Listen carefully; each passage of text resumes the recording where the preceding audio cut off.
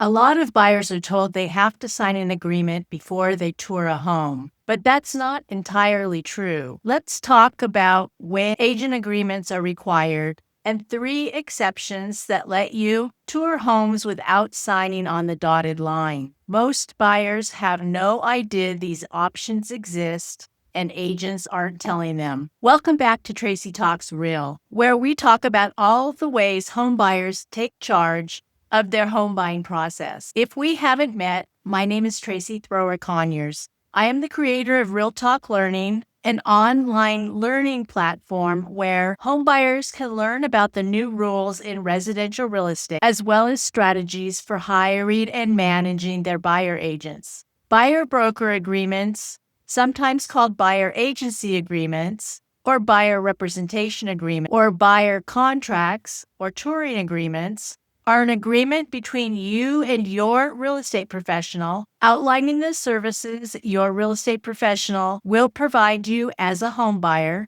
and what the agent will be paid for those services. In many parts of the country, nobody was talking about these agreements much before the settlement of a certain class action lawsuit in August of 2024. Before that time, sellers advertised in the MLS how much they were willing to pay for the buyer agent, and nobody really talked about what buyers would get for that fee. It was perceived and pushed by many buyer agents that buyer agent services were free, and conversations about what that meant just didn't happen. After the settlement, sellers are no longer able to advertise their willingness to pay the fee, and buyers are required to sign a representation agreement with an agent before setting foot in a property, even virtually. And these agreements are required to specify compensation. Many feared this meant that buyers would have to come out of pocket for another huge expense to buy a property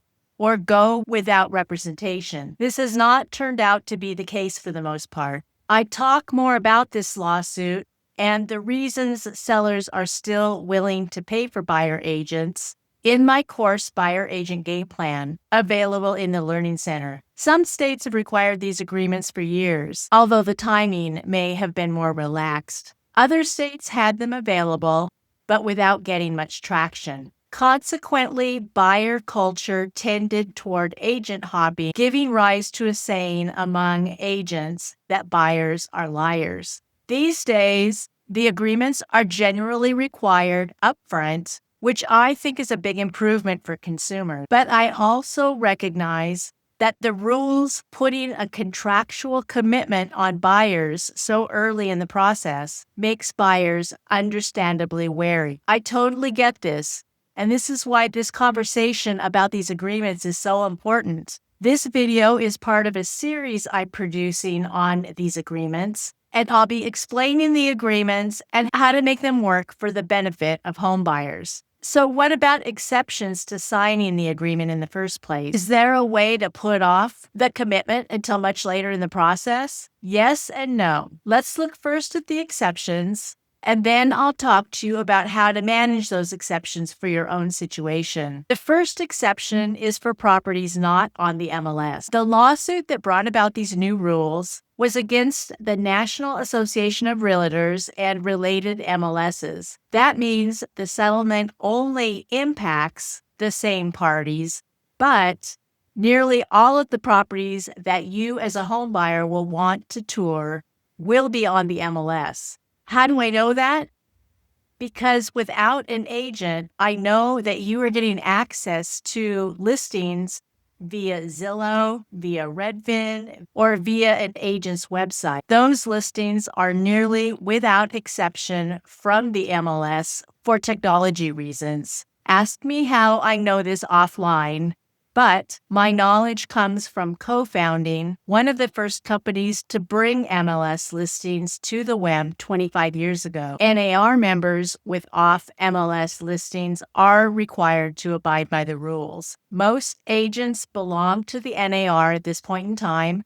So the exception I'm describing applies to non-MLS listings offered by an agent who is not a member of the NAR. Of course, that is a very, very narrow exception. So assuming your target listings are on the MLS, the next possible exceptions to signing are listing agent direct showings and open houses. Why are these exceptions to the rule that you need to sign an agreement? Because these agents are acting as representatives of the seller. They're showing the property with only the seller's interests in mind and not yours. The only agent you have to sign an agreement with is an agent who expects to act as your agent and get paid for those services. Unfortunately, this is where I see too many home buyers led astray because they don't understand the implications of dual agency. Dual agency is when an agent or a team or even an entire brokerage under the same broker represent both the buyer and the seller. This is a conflict of interest that is actually illegal in 8 states. It's only legal in the rest of those states because realtors have such a strong lobby. Dual agency has bothered me since joining this industry 25 years ago. I don't care how pure the motivations are on the agent side. There is simply no way a conflicted agent can represent both sides effectively. If you were sued, would you hire the other guy's attorney to represent you? Of course not. It's the same thing in real estate. Both parties have competing interests. You want the lowest price for the property, and the seller wants the highest price. A dual agent becomes more of an arbiter instead of a zealous advocate for either side. Even different agents on the same team might be exchanging confidential information in the background. You just don't know. No, dual agency should be avoided by homebuyers like the plague. Unfortunately, both the listing agent direct and open house scenarios are exactly where you are likely to find agents who will insist that you sign a buyer-broker agreement to tour the house. Why?